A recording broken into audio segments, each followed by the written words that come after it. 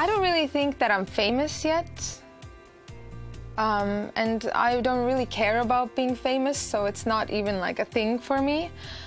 You know, sometimes it's hard to, I think for everybody, it's hard to sometimes appreciate what you have, so you just kind of have to take a look and see where you started and, you know, compare and be like, wow, you know, because I think that when you look back 5 years, you're like, wow, you know, 5 years ago I didn't know. Like 5 years ago, let's say, I wasn't even really making things. So now, you know, I've done it for a couple of years. Now I can make my own stage outfits. Like that to me is exciting. So the fame thing, I don't really care, you know. I care that 5 years ago I couldn't really truly form a song, and now I can form a song, you know, in my house, and now I can record it and produce it. So that to me is what it's all about, you know, just the growth. Dream accomplishments.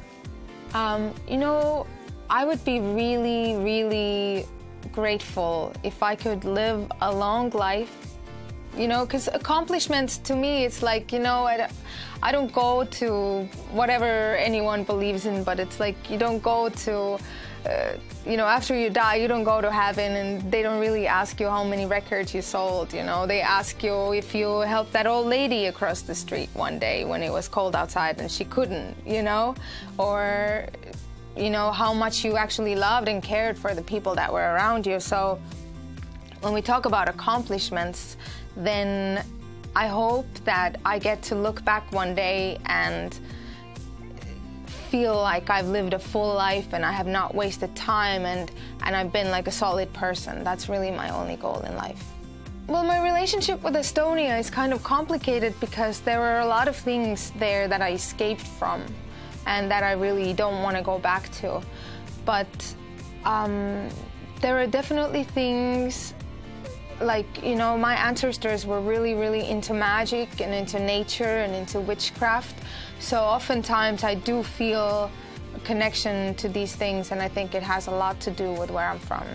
Well, I've been just always trying to just create like a little world within the world.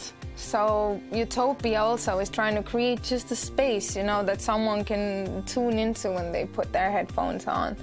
And with Moon Children and the Moon Marks and the Bubble Goth, and I just kind of let things organically evolve. I don't really plan these things out too much. The Moon Children always have lots of great ideas. So the whole thing is just kind of has evolved supernaturally. And I'm pretty sure it will keep evolving supernaturally too.